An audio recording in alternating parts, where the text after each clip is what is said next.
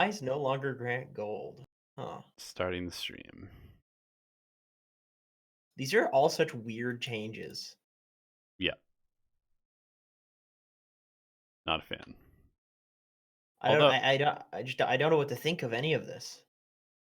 yeah, I kind of like some of the general changes, but I'm not entirely sure why. Like the denies being 10% extra experience and not granting gold. You would think that maybe it makes lane dominating worse, but then at the same time, it just makes it better because you can deny them more experience, like relatively to what you could before. So I don't know. Wait. Oh, did they make it so that den but deny XP given to enemies increase from 40 to 50? Right. So if you can just So bully people out of lane, then relatively they're getting less experience. If you can just keep them away from the creep wave, you know. no, but they get more experience now. Well, if they're in the vicinity, yes. But I'm saying if you can just like, Oh, if you can force them out of lane is what you're saying. yeah, I see. So they're not even in XP range. yeah, and just pulling in general is way better because you're denying them 15 gold per wave because there's 5 extra gold per melee creep, Yeah. and also an additional 10% experience.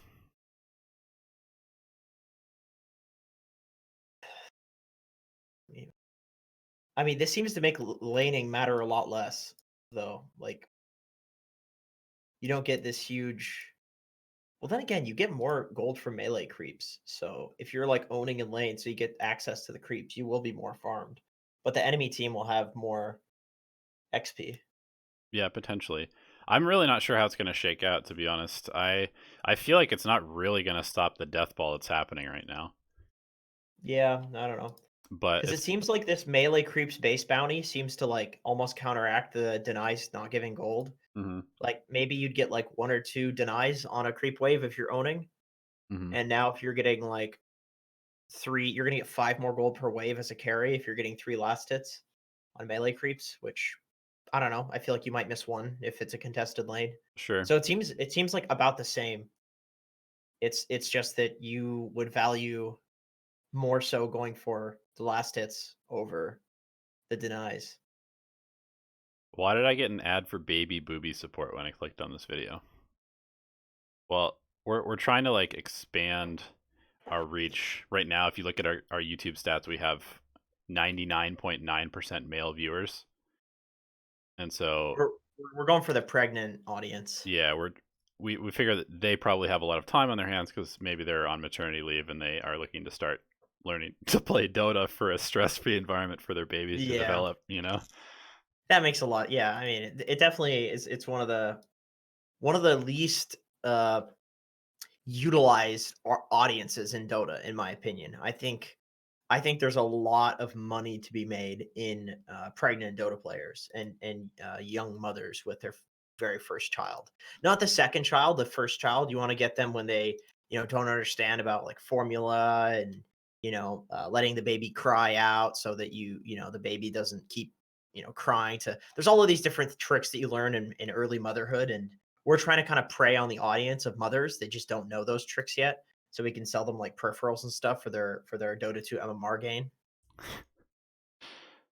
Yeah. Definitely what's happening. I Uh, don't even know what to say. the pain of getting a bad team will help her push her baby out. Yeah, exactly. We're just helping with the mothers in the world. With the hospitals and COVID going around, it's hard for them to pop them out, and we're just kind of helping with that. Yeah, exactly. You're welcome. You're welcome. Yeah, thank you. Thanks for thanking us. If you want to donate to the cause, it's dotaalchemy.com/Patreon, and go to the pregnant woman tier. Yep. Pregnant Enter man as promo well. code It's BSJ. 2020. Yeah, exactly. Exactly. Promo code save speed from Bulgaria. Oh yeah. Hey, how Oh your pub's been yeah. going, Donnie? Let's get into the Dota talk. How my pubs been going? Yeah. They've been going pretty well. I'm like I'm playing a lot of Queen of Pain right now. That's a It's good like one. one of my favorite heroes to play. I I never really understood because I never played mid, but the hero is extremely fun. I didn't realize how fun it is to have this blink on such a low cooldown and be able to just like go from lane to lane at will and just like show up and kill people and then go to another lane and then push it out instantly and then show up and kill somebody else. And so I've been playing a lot of Queen of Pain 4, um, which has been really good. And Yeah, it's good. Are you doing the max dagger and then max blink, skipping scream? Or are no, you one of those noobs that goes scream? I go Scream. You're a noob. I knew it. Well, I knew it. at my MMR, nobody pushes lanes, so I just go Scream, Sure. and then I end up as a core anyway. So It just costs so much mana is the problem. yeah, I usually go 2 points in Dagger, and then I max Scream after that. So I just use Dagger for laning. Yeah, that's fair. That's fair. But I consider that. I just, well, I guess it's a different bracket, but I just like having the blink maxed out for once you're in the mid game. Like you yeah, said, it's really nice for getting around. yeah. I mean, I've only played probably like 6 games of it, so I'm still kind of figuring out what build I like. But I usually go like Spirit Vessel, um, and then just random utility stuff. Yeah, sounds about right. Vessel's good. And I've been playing Offlane Death Prophet a bit, which seems like really broken too. I have that in A tier. That's like A or S tier in my opinion. It's been fun. Yeah, that's like half the reason that I have gained so much MMR recently is offlane DP. Yeah. That's like one of the few mid heroes that I can play because like back when I first started playing Dota, that was one of my heroes. Really? That was like yeah, I played like Ursa Sniper Death Prophet, Hmm. and so like when it comes back, it's like oh I already know the attack animation because even though you're a noob, it's like the attack animation and like your instincts for the hero will still remain the same. Right. Yeah. I don't know. It's pubs have been pretty good. I mean, it's either like I feel like I'm usually winning, or my team is giving up at 2 minutes and throwing the game on purpose. So Yeah, that happens. those are the two ends of the spectrum. I'm either making the other team quit at 5 minutes, or my team's quitting at 5 minutes. Games seem they feel at least to me like unwinnable if you lose and they start snowballing on you. Yeah, It I would feels like agree. there's like almost nothing you can do. Then again, I haven't played in the 7.26B or whatever the hell letter we're at now. I have not set foot. I mean, that came out like what 7 hours ago or something. So I Yeah. just got up. I haven't got to play it yet. So The changes to towers are definitely noticeable. I was playing and we were getting annihilated. Uh I think we had a position 5 silencer who went 0 and 10 in 10 minutes and then abandoned the game. sounds like position 5 silencer to me, Donnie. Yeah. And then they didn't have the best high ground lineup. They had like Treant, Necro, Ursa or something like that. But we actually just like kited them into our fountain and almost came back and won the game because they literally couldn't kill our tier 3s because they Hmm. have so much armor and health now. That's true. So is it just the same increase to all of the towers other than tier ones? I think Is it so. okay? So they're just the same as before, but like buffed by a linear amount. Okay, I see. Although I'm And actually not sure if the it. towers don't get their own regen aura, right? That's No, they do. what do you mean? All of the towers have a regen aura now. Yeah, but the towers themselves, did they regen HP? Oh no. Okay, They give it yeah, to the heroes that are near them. that'd be crazy. That'd be Yeah, nuts if that was the case. yeah. I mean, that would be one way to slow down the game. That's for sure. Yes, I yes, that would like, be a good dude. one. Pubs would literally never end because people like most of the time towers literally just die to chip damage to creeps, like low level pubs. That's true. That's true. How about everything being so goddamn expensive and shitty? Yeah, Like Basilius is expensive. Pipe. Oh my god, dude. I feel like the whole pipe is now more than a BKB. Let me see. Pipe of Insight, Dota 2. Let's see. 3,425 gold. That's got to be wrong. I think it's more than that. Hood of Defiance. Oh no, that's right. 1,800 for the Hood of Defiance. yeah. 425 for the headdress. Everything is so expensive. Oh my god. I definitely feel like the build is definitely just to go for the hood until like 30 minutes and then you finish the pipe. Early pipe is like pretty all in terms of spending your gold. Man, is it ever. 1,200 gold. My god. For the You can have, recipe, like yeah, that's insane. dude, you can have, like, 3 bracers for that. Yeah. Or you can be more than halfway to, like, a full Vanguard. That is crazy. Yeah. Yeah, Hood is nerfed as well, Yeah, so only it's only 200 gold recipe though. It was like very underpriced. I know, but Vanguard, I think that's a good item. That one's underpriced. Yeah. Alright, let's get into the questions. Let's get into the questions because we might be answering some of the questions as a precursor by mistake. We tend to do that. You wanna Okay. announce on Discord? Yeah, I did. Oh, you She's did? on there. Okay, Oh, yeah. cool. I did my job this time. Let's see. The 21st was the Thanks, last bruv. time. Yeah, I got you. Okay. This was Kanan. Oh, by Let, the way, let's welcome to Alchemy yeah, let's do Answers, the intro.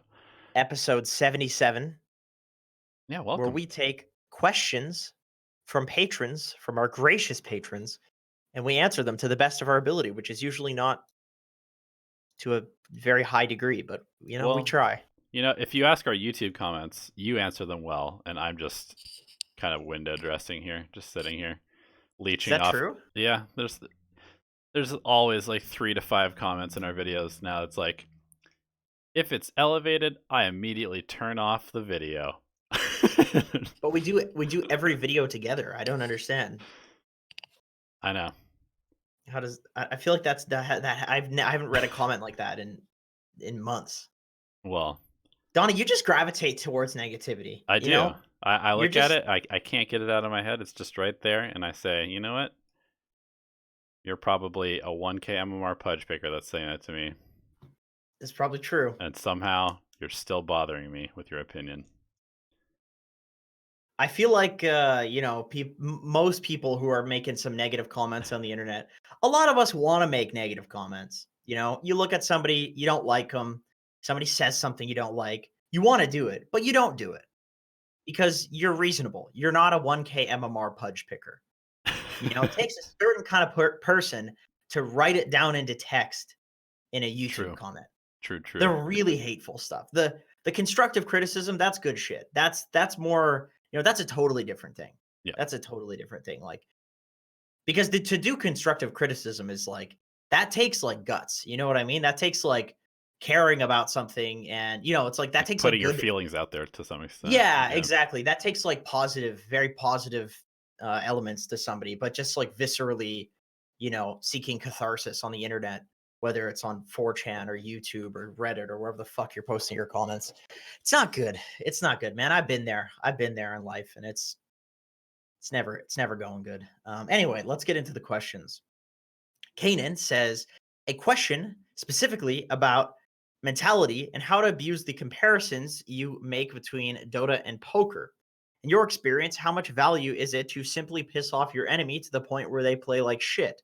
Personal example is me feeling like being a prick, so I pick Bounty Hunter, get a lot of move speed, hit someone with Janata off cooldown, which I follow up with all chatting yoink every single time throughout the game. I have about a 90 to 95% win rate with it across 40 to 50 games, mostly in ancient unranked. All right. Well, number one, I'm going to say it's unranked. So That's pretty means hilarious. diddly squat in unranked. Believe me, I've been playing unranked. I've been playing late night unranked at like 5 a.m. to 7, 8 a.m. with like a few friends, New Sham, Valathor, some of those guys.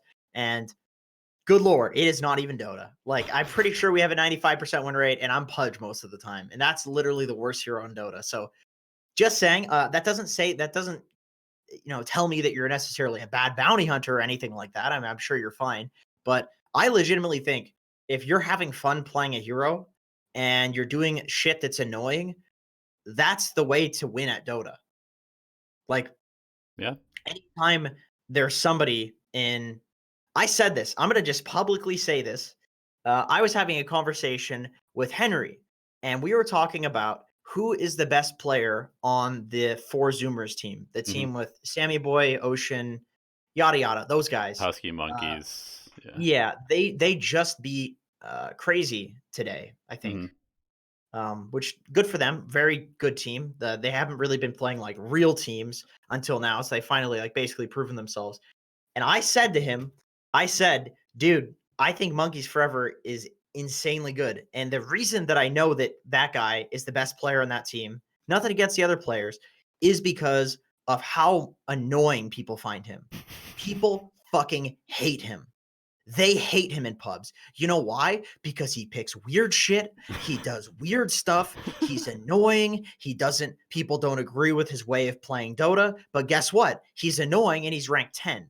Right. So what he's doing is working and it's unprecedented. It's new. And so I think that's a big part of what carries that team is that they have a few players that have been like that at a given point, but I think Monkeys is currently the best player on that team just because you don't know what the fuck you're dealing with when you play against him. Hmm. He could be mid brood, he could be offlane death prophet. What in God's name is that? He could be dazzle, he could be Batrider cutting the waves for 15 minutes straight, feeding into your fountain. You don't know what the fuck's going on. Feel the same way about Envy. Like people hate him. Right. Love him or hate him, he does unprecedented weird shit. And that's what I think wins Dota. I really think that if you're being an annoying piece of shit and people hate you, from all of my experience playing competitively and playing in high MMR pubs, I can tell you those people are the ones that gain MMR. Those people are the ones that do something.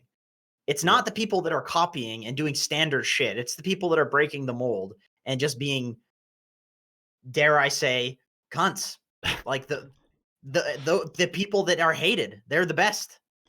Yeah, I mean, if you want to actually, you asked about poker in this question because Jenkins was using poker analogies in his video, and as somebody who's played a lot of poker, I can tell you that the people where you just like you can usually pick out a fish pretty easily. Fish being a bad player, and they're very unpredictable. At times, they'll show up with like some absolute garbage hand. They'll call you down with like nothing, and then hit some random draw that shouldn't even have gotten there. But you can usually expect them to do stupid shit, and then you just like tighten your range of hands that you're playing a little bit, and then you just print money from them. But when you're playing against people who have like a kind of seemingly wild style where you're just like, are they bluffing here?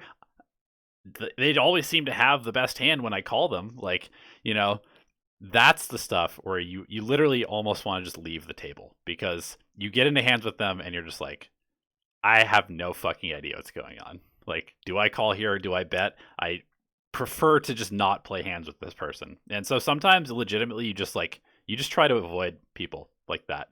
But in Dota, you're stuck in a game with them. So I completely agree that pissing people off is one of the best ways to gain MMR.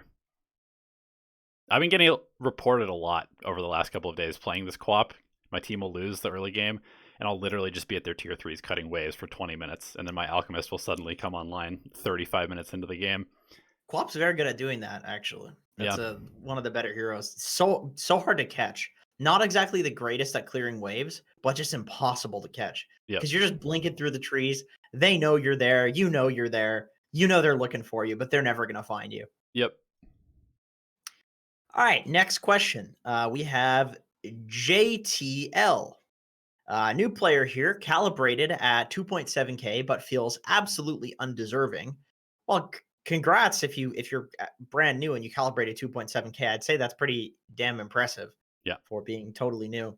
I mainly play position 5 as I'm not confident in any other roles due to my lack of map knowledge. What do you do when you are severely underleveled due to opposing support contesting your pulls and active avoidance of taking XP from your carry? Spend a lot of the mid game just near your cores who are farming and counter gank when the other team goes on them. Just leech experience during the mid game. And if they're not pushing waves out, then I think that we're kind of in a meta where a lot of the time supports should be the ones taking dangerous farm. Like I've been seeing Crit do this a lot in EG's games where he's just like position for Mirana and he's just shoving waves. He'll just like shove waves for 10 minutes and come out with full Greaves at like 18 minutes into the game. Yeah, I think that's good. I think that's good. That's something Ellie just recently like implemented into her play is like taking like dead lane farm, Hmm. and she said it's like a world of difference. Yep. There's always a place to farm on the map. That's the thing is my like initial gut response to this. I'm glad you mentioned it because this like was my gut response as well. Of if you need to catch up, there's somewhere on the map that you can go that you can catch up because of your cores being strong. You know, like there's going to be some lane that nobody else really wants to go into, but as a support, you don't really care that much if they kill you. And so all that it takes, in my opinion, is identifying that you've done a good job, you've given your core XP, and if the enemy supports contesting your pulls and you did everything you can do, uh, well, that's life sometimes. Sometimes they have a really good hero at doing that, and you're distracting the pause for so your carry can farm. So that's good play. You played well. But you're going to be useless if you're just a level 4 shadow shaman running around at 12, 13 minutes or whatever hero you are, whatever timing it is. There's a period you have to take some space for yourself Yep. and just get to some crucial level, get to some item. Maybe like you don't have boots, maybe you need to farm boots, maybe you get tranquils, maybe you just farm a bit so you can afford wards and sentries, but just go to the dead lane. Go to wherever is the most deadly place on the map and start nuking out the wave. It's as simple as that. There's going to be somewhere that you can do that, and some way you can do it safely. If you need to buy a 150 gold quelling blade in order to do it, Do it. that's fine. That's worth it. Yeah, Yeah. that's worth it. Uh, Clarities, whatever you need to do that, just do it. I want to answer this question from chat really quick. Just from Project Reunion. It says, I played position 5 and climbed from Legend 3 to Ancient 4, and now it's win loss, win loss, win loss for a few days. Should I switch to position 4? Help me. Why? Why would you switch roles? If you've had a lot of success doing one, and for 3 days now, or a few days, you're suddenly not having as much success as you used to have. This attitude, I'm not trying to like call you out specifically, but I want to call it this attitude of being like trying to make some drastic change by switching roles or like playing entirely different heroes. It's usually not the answer. Most of the time, it's going to make you lose a lot of MMR, go on a huge losing streak. You know, like this happens all the time. I'll play 3 heroes that I really like, and then all of a sudden I'll start losing on them. And I also will start thinking, all right, I'm just gonna pick something else, or I'm gonna play carry, something like that. And pretty much without fail, that always results in a losing streak. And so now, one of the biggest things that's helped me gain MMR in the last few months, or the last month, has been recognizing when I'm starting to feel like, I don't know, there's like this weird, almost like fear of picking these heroes that you think that you're good at because you've had success with them in the past. So you're like, oh, I'm good at this hero. And then you start losing on the hero and you're like, uh-oh, wait, am I actually good at the hero? Maybe I should pick something else. Because you don't want to actually be bad at this hero that you like, that you've had success on. And the fact of the matter is, if you're just not confident, you should probably not play the game. Because you have to be confident to win.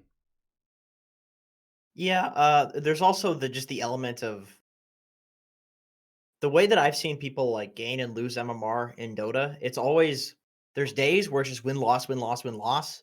There's days where you're just given a win streak, and there's days where you're given loss streaks. So you just got a win streak. Don't be greedy and expect the algorithm to very luckily give you another win streak directly after a win streak. Right. That's not usually what happens. That's you flip a coin and you get heads. It's like you keep flipping it, and each time you get heads, the chance of that entire thing happening is just less and less and less. And it can happen, but it's astronomically unlikely that you're going to flip and get heads 10 times in a row. And that's kind of like what I'm reading there of Right. what you're doing is like you got a win streak, then you're like, why isn't this continuing? Well, because there's 10 people in a Dota game and you're only one of them. Right. So your impact on the game is a lot less than you would think. So you're gonna have win loss streaks. And the most important thing is avoiding the loss streaks when they happen, capitalizing on the win streaks when they happen, and just enduring the win and losses as much as you can. And if you're bored, if you're getting bored of a hero, the problem is when you get to those stagnant days of just winning and losing, you get bored of heroes. And Yep. I think there's a balance of if you get bored with a hero, you can go and try to learn another one. But don't change your role. Don't change your general way of playing that was making you improve in the first place. I always tell people that, like, Sheepsticked, she's like a streamer. Yeah. Yeah, she's like a Twitch streamer, like personality in the Dota scene. And she was like, she just got 6K. And like, I congratulated her on it. But I said to her, I was like, don't, don't just be 6K. Like the same thing that got you from 5.5K to 6K will get you from 6K to 6.5K. Right. It's not going to be the same knowledge that you're learning, but the same attitude and learning style and whatever it was that you were doing. That's going to keep working. And I know it's anecdotal. It's just from like what I've seen is that people just need to maintain the good attitude that they had. And the problem usually is when people let the attitude falter for whatever reason, whether it's ego, they get egotistical because they're huge MMR compared to before, when in reality they're shit compared to somebody. Like relative to somebody, you're always going to be shit, you know? So you'll feel bad about it at a certain point. But whatever you were feeling at the start of that win streak, you want to keep that feeling. So if you felt like shit and that caused you to win with how you think, you want to keep that going. If you had confidence, you want to keep that going. You want to just stay the same. Stay the same. I think like Donnie said, it can be really bad to try to make some huge drastic change. And I guess what I'm saying is don't change your positive learning attitude. Of course, change all of the simple stuff, but that like that deep kind of more like meta strategy that you're applying to the game, keep that the same Hmm. and change all of the stuff on the very simple first layer. You know, like if you need to change your hero, whatever, as long as you're learning it in the same way and you're playing it with the same mentality, you're not playing it like a dick. You're not playing it with an ego. Does that make sense? Hmm. Yeah. I know it sounds kind of pseudosciencey, but I'm basically saying that there's like, you know, there's like levels to where you want to peel off out of your whatever your strategy is, and you never want to go all the way down to the base level, which is okay. How am I literally learning this game? You don't want to change that one until it's your last resort. Right. You know, you take off the stuff that doesn't matter first and you replace that. And changing your hero is fine, but changing your role, that's further down the list. That's Yeah. way bigger. That's way bigger. Yeah. I agree. Anyway, that was big tangent. Next question. We have Ludicrous says Ludicrous 571. Don't worry, I didn't forget your number. Question that may have already been answered, but how does the hero Pentagon matrix for the last 20 games indicate style slash gameplay slash improvements? What are benchmarks people should aim for in a role, and how can they improve? Very simply, it's broken. It doesn't update. I've had the exact same Pentagon since it came out, and I've played a lot of different roles, and it should have changed, but it Good job, Valve. literally doesn't work. So hate to break it to you, but there are no benchmarks. It doesn't change at all. Fucking Valve, man. So now I just Fucking have Valve. 5 different MMRs for my different roles, but it just doesn't update the Pentagon. So I don't know. I've never had that. I can't queue for ranked roles at my rating, yeah. which is a good problem to have, I suppose. Yeah, I mean, I literally am just like 1 star lower on 4 than I am 5, 1 star lower than that when I play carry or offlane, and it's just like that. Even though my win rate with offlane I think is better than my win rate with 4 this month, and my 4 win rate is better than my 5 win rate this month. So it's like it should be changing, but it's not. So Yeah, mine definitely does not reflect. Like it puts my mid as high as my offlane and my carry as high as my offlane, and then my support. Both my support roles are like 400 MMR below, and it's like that right, just all I play is offlane and support. That's it. Like right, you think this thing thinks I'm a good mid? They haven't seen me play mid. Very yeah. quickly, that your opinion would change if you watch me play mid. Okay. Next, we have Jay Bryan. He says, "Is Ags on Axe good, bad, situational? Feels pretty strong, but I'm also pretty bad at the game, so hard to tell." It's good. It's really good. The problem with Ags on Axe is it's like such a late game item because Yeah, how do you there's so get many there? things. There's so many things you want before it. You want like Vanguard, Blade Mail, Blink. You want all of these different things, and then also Axe is not usually going to be a damage dealer in the late game. So it's this weird situation where like when you do get it, it feels really good and it feels like a good ag, especially when you get the talent. It increases the battle hunger damage. Hmm. But good god, it still makes the Battle Hunger AoE, right? They didn't change that? Yeah. Okay, good, 'cause they've changed that egg so many times. Yeah, because it But used to be like you had to call a creep and you then had it to would apply dunk, it to yeah. everything, but now That's it's so just an stupid. AoE cast. Which, I mean, theoretically is insane. It's like, It is. It's like I mean, arguably, like, if somebody ran axe mid and went for, like, some, like, second item ags, it could be really good. what about like phase ags? Or like, what about like phase veil battle like ags and then just Yeah, yeah, something like that would be pretty decent, I think. yeah, But once again, it's such an obscure thing. It's like I, I all I can say is I think it's really good, but it just doesn't fit with the hero, with like what the hero wants to do, and at the right timing. It's just an unfortunate like good ags on a hero that doesn't really care for doing what it does. right, Okay, good question though, because yeah, that's a weird one. Fisk says, I play offlane when I solo queue and like to play Blink Initiators or good aura carriers like Centaur, Axe, Underlord, Mars, Legion, basically offlaners.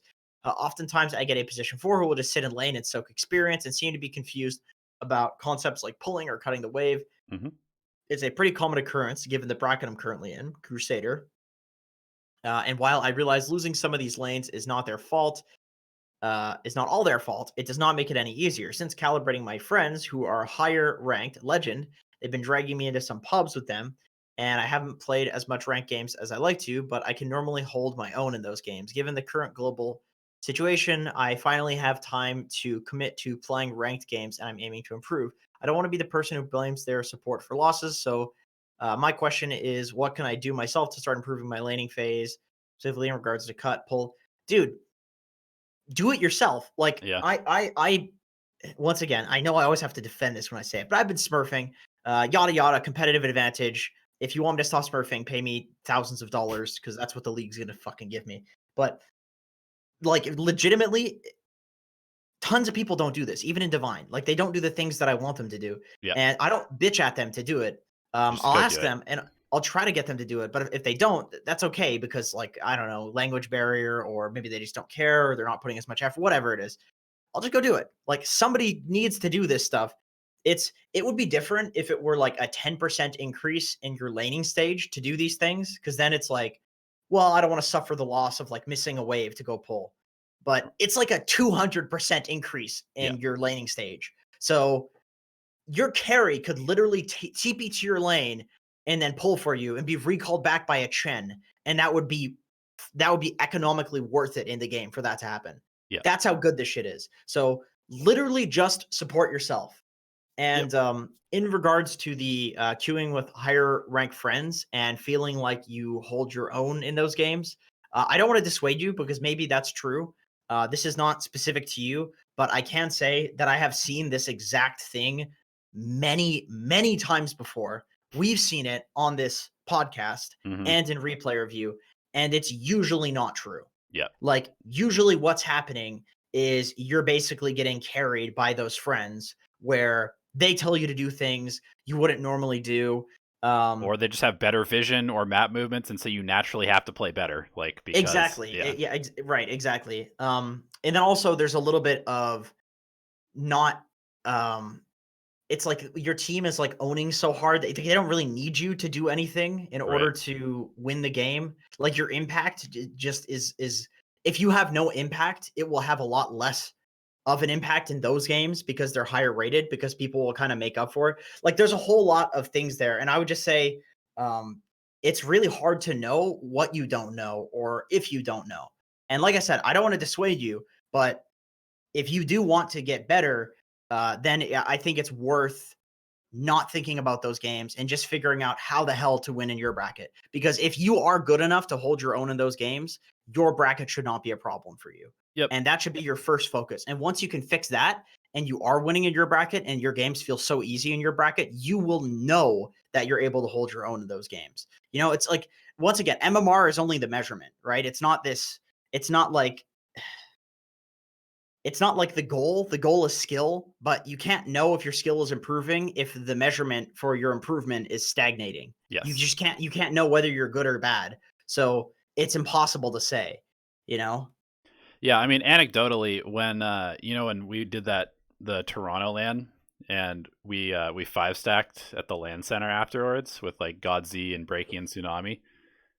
I just remember like some of those games feeling so like I might as well just not have been there, because like God Z was he was like 18-0 at like 20 minutes on Mirana in one of the games. And he'd be like, "Go here," and just like kill somebody. "Go here," kill somebody. All I had to do was like press Q on a hero every like 35 seconds, and then he would just get a kill, because like he was so aggressively positioning, so aggressively rotating, and all I had to do was kind of just like follow him around, and I had like 20 assists. Was I actually assisting that much? Not really. He just needed one extra stun to get all these kills. It was his calls, his movements, his shot calling that was making all this happen. And you were playing Offlane Storm, so it's kind of irrelevant, you know? I was owning. I think I remember feeding those games. How close am I to 8K right now? I'm 7.8K. Yeah, I'm buddy. very close. Very close. I'm trying really, really damn hard to not lose my shit. It's good. R110 says, "Hey, you sex T beasts.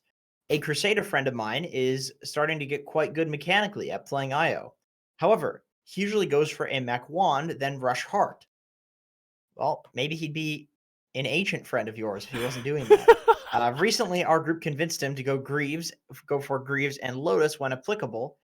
We would very much like to get him up to our bracket, Ancient to Low Immortal, or Divine 6, as we like to call it. The IO player never solo queues, so being able to put his IO to the test at a higher level is impossible. I've thought about making another account to boost him. However, I am struggling morally. Are we low lives for ruining many games through our rise to glory? Any insight on IO builds? How have you been seeing?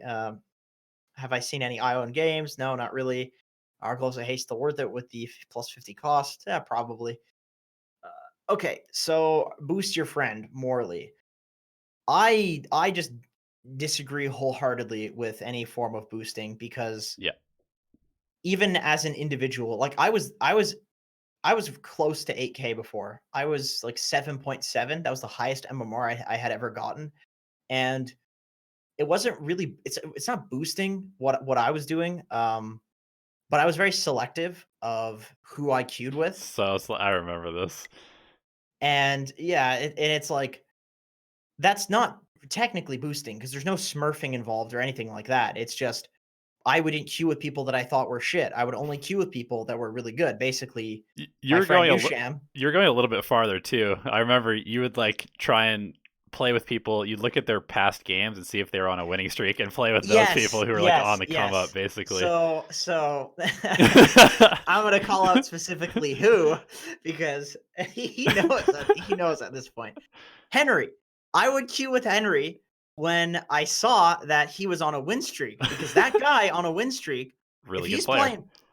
playing like Puck or something, he's like 1v5 in games. But if he's trying to play other heroes and he's losing his fucking mind, I avoid him at all costs. Like there was a point I literally avoided him because I wanted him to be on the enemy team, because I know Henry, dude. I've talked to him for a long time. I know how he is when he's losing. He will just queue 10 games in a row and ruin them all, and then he'll get the MMR back the next day, right? But I wanted some of that juicy free MMR on me, so I'd avoid him and then take him off my dodge list on the next day. And it got to a point where I was just like, what is the point of me gaming the system like this? If I am not good enough to be at the rank that I get to after gaming the system, I'm going to fall anyway, right? So it's going to be this temporary thing, this temporary position that just doesn't really matter. And or I can not play and just like keep playing under these conditions. Do I only want to play with other people, with these specific people, for the rest of my life? Right. And under these conditions, I don't want to maintain that shit. So I said, fuck it. I just said, I'm going to play when I feel like playing. And what my MMR is going to represent is my ability to just win any game when I feel like playing. Yep. And once again, going back to it, your MMR should not be an aim, a goal. It should be a measurement of your skill. And what I cared about was being high skilled enough to be 8K while queuing under any circumstance, as long as I feel like playing the game. That's what I want. Maybe you look at somebody else and you see a 9K player and they're playing with all these conditions, and that's not me. If I get 9K, I'm going to be doing it playing whenever I fucking feel like it, and that's what my MMR is going to represent. So it just represents different things for different people. And so you need to decide with your friend, what does the MMR represent? Or do you truly think that somebody is in Guardian and they don't deserve to be there? I'm not one of those people. I think if you're out of rank and you think you shouldn't be at that rank, I quite frankly think people are delusional, Yep. thinking that they deserve to be higher. Because I've thought that before, and I've been proven wrong so many times that I can't look at somebody else and say, you're right. You're probably right. I don't know. I want to be nice to you, but I've seen it so many times with myself that I'm always wrong. Why would this person be right about it? Why would everybody else that I've seen be wrong about it too? Like, everybody always comes to terms with it eventually, because you don't gain MMR legitimately, and then you have to come to terms with it, and then you do gain MMR. And then all of a sudden it's like that person admits that they are wrong about that thing. Yeah, and I think it's really interesting. Like, I also recently kind of went through a similar thing where before I was playing, like, when the new season started, what, like 8 months ago or something like that at this point, I like followed my own rules very, very clearly when I was recalibrating, and I went 9-1 and gained like 700 MMR from the recalibration or something like that. And for a long time there, when I was doing this, or when I was playing in those games, like, mid 5K whatever, I was just playing like Coddle, or just like I was playing like 4 or 5 heroes, and that was it, and just like winning, losing, gaining a little bit, losing a little bit. And then recently, when I went on this big losing streak, just picking everything, because you know what? I'm fucking tired of playing only 5. 5 is boring if you play it 40 times in a row. I would rather I'd like to play Offlane. I like to play a carry game every now and then. I want to play 4. I want to do other stuff than pick Coddle 40 straight games. And so, sure enough, I lost a bunch of MMR picking a whole bunch of random stuff. And now I've gained almost all of that MMR back. And I'm playing Offlane Quap. I'm playing Offlane Death Prophet. I'm playing Position 4. I'm playing Position 5 Tusk, which I learned from playing Position 4 Tusk. And I feel like I just have such a better understanding of the game at this point. And so, like, my MR is actually what it's supposed to be in like a general Dota sense, and not just a Position 5 sense, which is kind of cool. Yeah. But I did want to also say that we always recommend spamming heroes, and I'm just kind of like shitting on spamming heroes. The thing is, you need to learn the game. Spamming heroes to learn, not for the Yes. purpose of gaining MMR. Exactly. That's the big difference. It's to increase your skill, which in time, it's an investment. That's what it Yes. is. And sometimes you lose MMR spamming heroes Yeah. because you suck at it and you're losing with it constantly. But that's the investment, Yep. It pays dividends. Exactly. Like, how good you are eventually in Dota depends on how many MMR investments you've made, So, Literally. Stonks, man. yeah. Yeah. Okay, Ander Kent says, how do you handle Quap when doing the EE bristleback skips mid?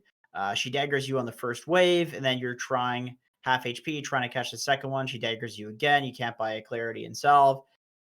Just cut it to tier 3 against the Quap, dude. That's basically what I would say. And just get a shitload of regen.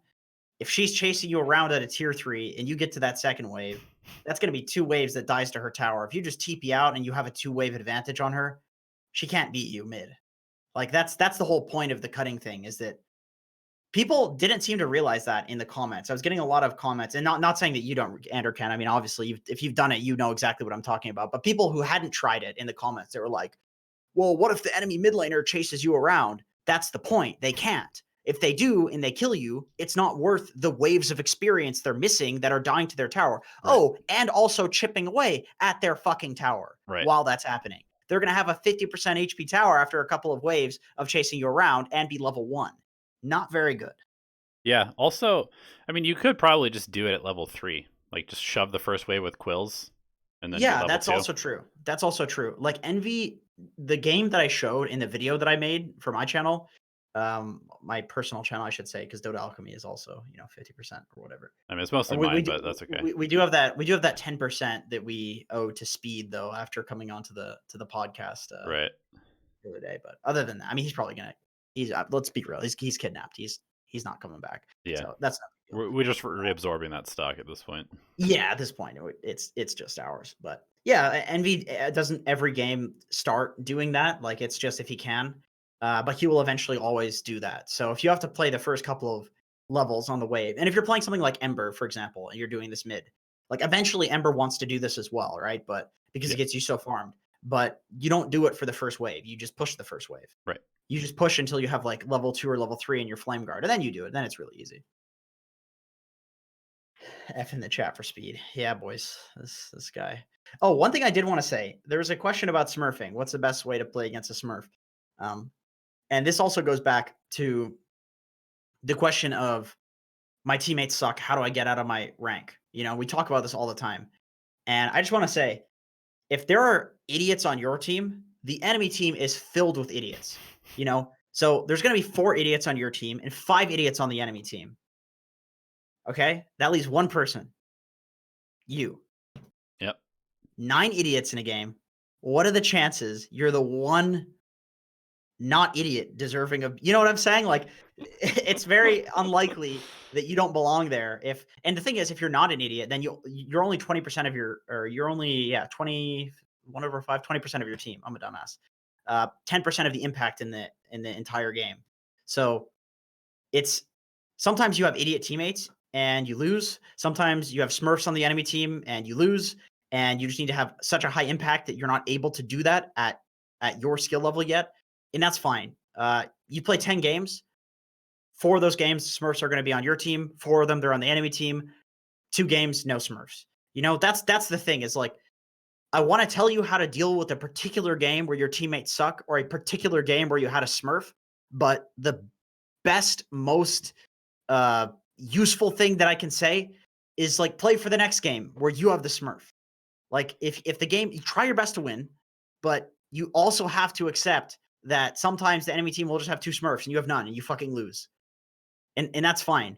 Yeah. And people always use those games, the Smurfs or the shitty teammates, as an excuse of not getting better. How am I supposed to win this game? Well, because you played 20 of them and 2 of them were winnable and you didn't win those. Those are the important games. I don't give a fuck about the 18 other ones. Like I get those as well. I get Moon Meander Smurf on the enemy team in one of my games, and I lose. Rank 150 Smurf. This guy has 3 accounts in top 10, and he's smurfing on the enemy team at 3,000 MMR below.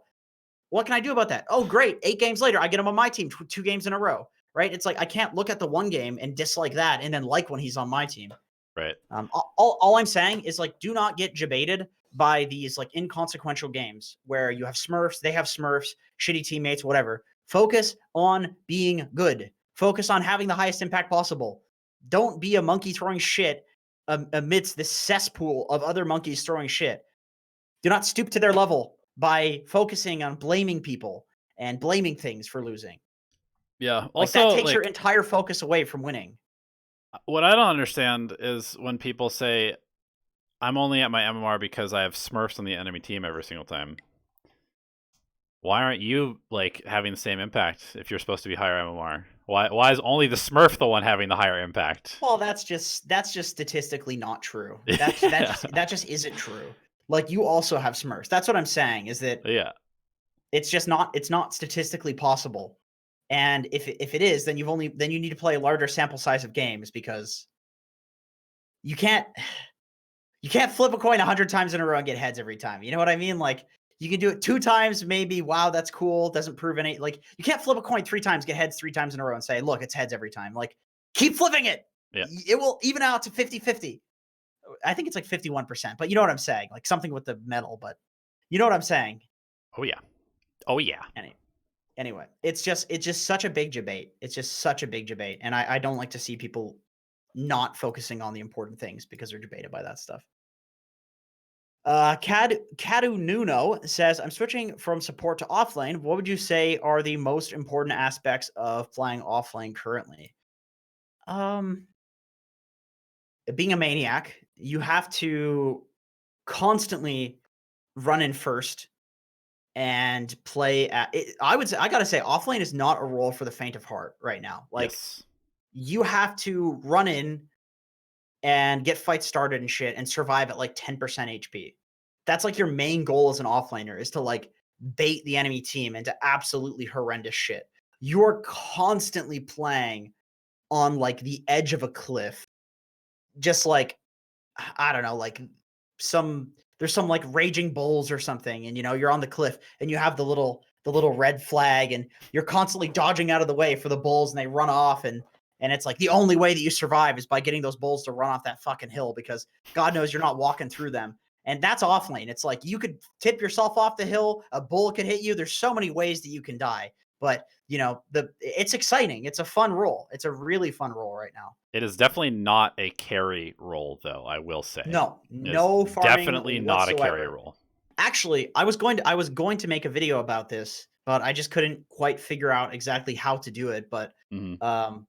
I was playing a game as offlane Void Spirit the other day, and Ellie was watching, and it was like a top 100 game, and she was just like, "Holy shit! Like this bracket is so much faster than like even just the bracket below it. Like people are constantly fighting." And I was saying to her, I was like, "Man, I probably hit one jungle camp per 10 minutes in that game," and it was literally like my team would be just getting ready to smoke. I'd pop all of my abilities to instantly kill a jungle camp, and then I'd go. It wasn't like I'd sit there and hit a jungle. It was like just gone. And it was like legitimately like one every 5 minutes or one every 10 minutes. And I was just like, that was one of my best games that I've played in a long time and it's not just because of this, but because I was playing well, I didn't hit any jungle camps whatsoever because I didn't have to because we were winning. We could constantly fight, and we did constantly fight. We kept the pressure on. And that's like good Dota right now is just there's no you shouldn't even hit jungle camps as an offlaner. Like you should aim to never hit jungle camps. If you're playing to your absolute apex, you should not hit any jungle camps for like I said, one every 5 minutes, one every 10 minutes. And I know that's like probably shocking to a lot of people because most people are like farming jungle camps is the thing, that's Right. like the thing that they do. Yeah, I feel like I've been doing a pretty good job of doing this. Like I've been streaming a bit recently, and I will catch myself periodically being like, I need to be near my team, and I'll be like, oh shit, like run to my team, and then I'll go do something else, maybe like shove a wave, and I'm like, oh god, I need to be near my team again. I'll have to just like run back over there. And being aware enough to catch that, I think, is like a pretty big step for me in my game, and it has had very big dividends in terms of my win percentage as well. So it's like, especially on offlaners, like, Yeah, it's like you constantly have to be there right now, yep, which is both fun, but also you can't let your instincts take over for even a second where you like want to go hit a creep. yep, You have to be at every fight as an offlaner now. yeah, especially because you're the one building the auras. So if you're building auras and you're not at fights, like you actually don't exist. Like Yeah, there's all of the no. gold that you spend on auras is completely pointless. It's only good because your team has non-aura items, Yeah, basically.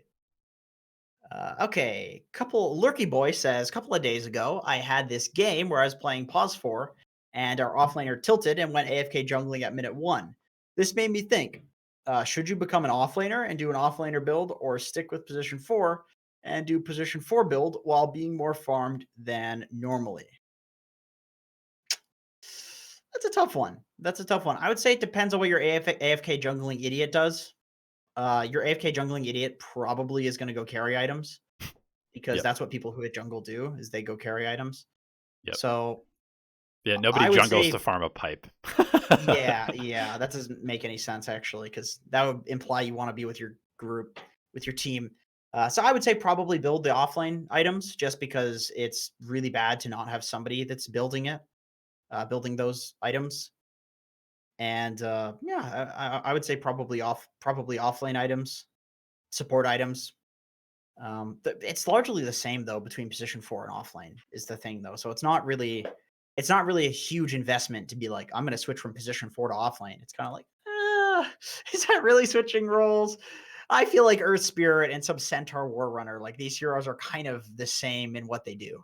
Right. Some big tanky frontline guy that goes in first and like gets shit started and then dies. It's like I just describe both of those heroes, Yeah. Now, if you're like a right? Rubik 4 and your Underlord's hitting the jungle or something like that, then probably should still go Rubik items. Yeah, I think so. I think so. Like there are like for the spellcasting heroes, there are items that just going pipe on any of the spellcasting heroes doesn't do anything. No, It's not. Greaves might be acceptable.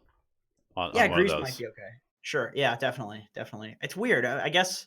Yeah, I mean, because Greaves you can use them from afar. It's not necessarily to make you able to run in and be tanky, but it Hmm. still gives you a little bit of that utility. So yeah, like a mix of items might be pretty decent.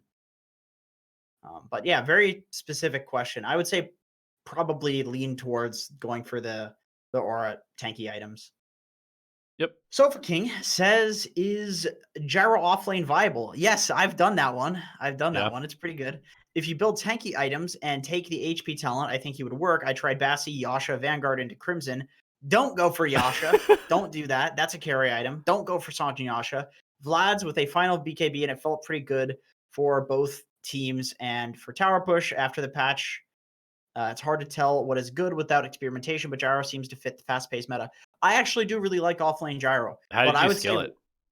I maxed the Q, of course, and I probably would have done a point to like max out the what's it called? The missile? The W. I probably would have maxed out the W, but it was a game where we were against like a Nature's Prophet safe lane or something So like you needed that. to So flak waves and having push. Yeah. flak was pretty good, yeah. And also the stun duration on the rocket level one's like 2.5, so it's already really good at level 1. Hmm. So it's I think maxing Q, of course, that's you're never gonna max flak. Right. You're always max Q as a offlane Gyro because you want to fight. And then I went for Vessel. I went for some Nice. like Vessel, pipe, blink, ethereal blade sort of thing, and it felt really nice. Cool. Sounds The fun. ethereal blade was kind of memeing because we were just destroying them at that point, but Sure. like pipe vessel, that sort of shit, really good on Gyro. You just run around fighting. It's super good. Well, I don't know if it's super good, but there's a It's place fun for at it. the very least. It's fun. Yeah, it's fun. Fuzzy says, "What's up, my dearest Dota alchemists? I hope you're feeling good and all. I'm back from my break. Had a blast not playing Dota, but I missed you, your tangents, and the game, I suppose.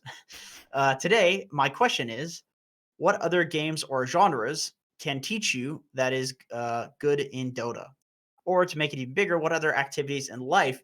Oh God, this is a good question. This could be a long one. Welcome back, Okay, Fuzzy, you yeah. motherfucker. Well, okay, so what can basically teach you about Dota? And also he says if Donnie keeps posting Valorant stuff, I'm definitely ditching this channel. I can not support Riot related content. Yeah, that's fine. That's good. I approve. Fuck, man, that's a good question. I thought about this a lot when I was playing pro because as much as like my teammates always thought that I didn't try. I guess that's just like the aura that I give off, that I don't give a fuck or I don't try or something. But I really do. I just suck. It's like it's not a not trying thing. Or maybe I don't try as hard as I think I do. You know what I mean? There's all sorts of like mental psychological shit. But Sure. regardless, it doesn't matter. This is something that I theory crafted and thought about a lot. Um, Gym, like exercise. I can't do that right now in most countries, but exercise I consider to be really important. Um, for me, feel free to go on a tangent if you want, by the way, Donnie, because I'm about to list off like 10 things. So you can feel free to interrupt me between any of my individual examples. But All right. I'll start with the gym because this gym shit helped me in playing better Dota because it made me confident just in life. Like because you feel fit, you feel healthy, you feel like Iron Man. If you're, I mean, anybody who's a nerd and goes to the gym knows what I'm talking about. Like, you go from feeling lethargic and shit, and like if there was a zombie apocalypse, you'd be the first to die. Fuck, I'd probably get cannibalized on by my family. They'd probably eat me because my meat's probably pretty damn tender.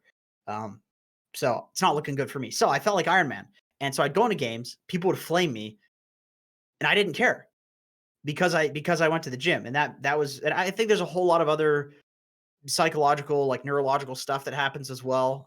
I'm sure there's science on it. I haven't actually looked at the individual studies for this particular thing. Probably should because I talk about it a lot. I'm a huge proponent of the gym, but the gym is a big thing for me. Discipline as well. Just if you can be disciplined in like lifting heavy things and putting them down, even though that shit hurts, I feel like you can be really disciplined in playing Dota. It's just like there are so many transferable things. And I also think that it goes the other way too. Because I know I've had this conversation a lot with people that have invested a lot of time into Dota.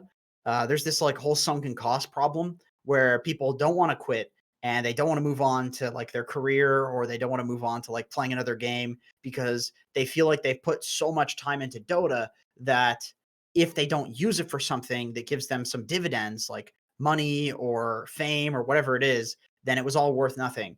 But I disagree with that. I think if there's an experience in life in general that you're having that negatively impacted you or had no impact on you at all, that's your doing. That's your choice to let it have a negative impact.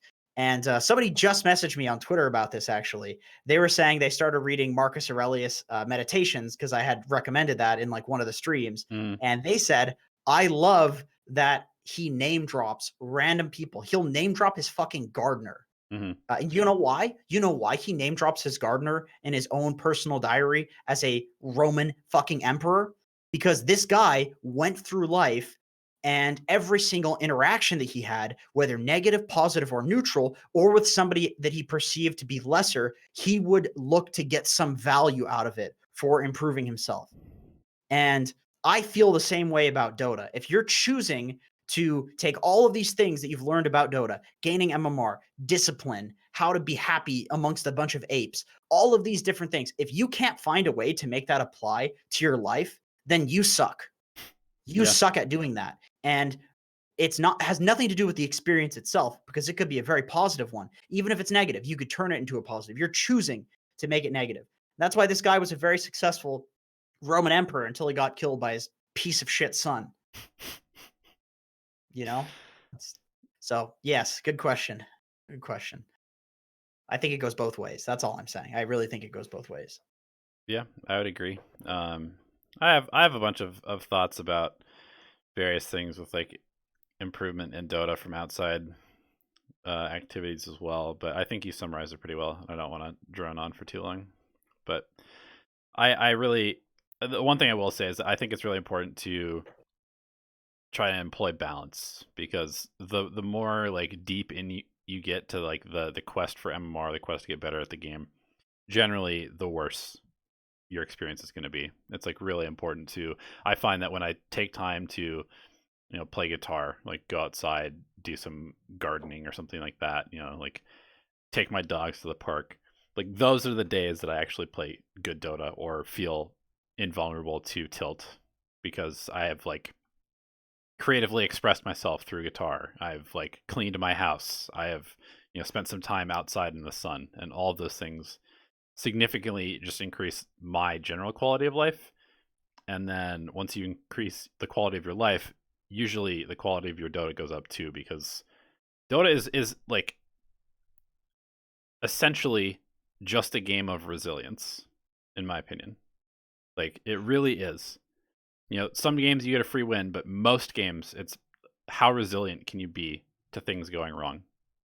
Because basically every game is just chock full of mistakes, even at the pro level. Like games are Yeah, literally just yeah. like who makes less mistakes and who capitalizes on the other team's mistakes more. That's all Dota is.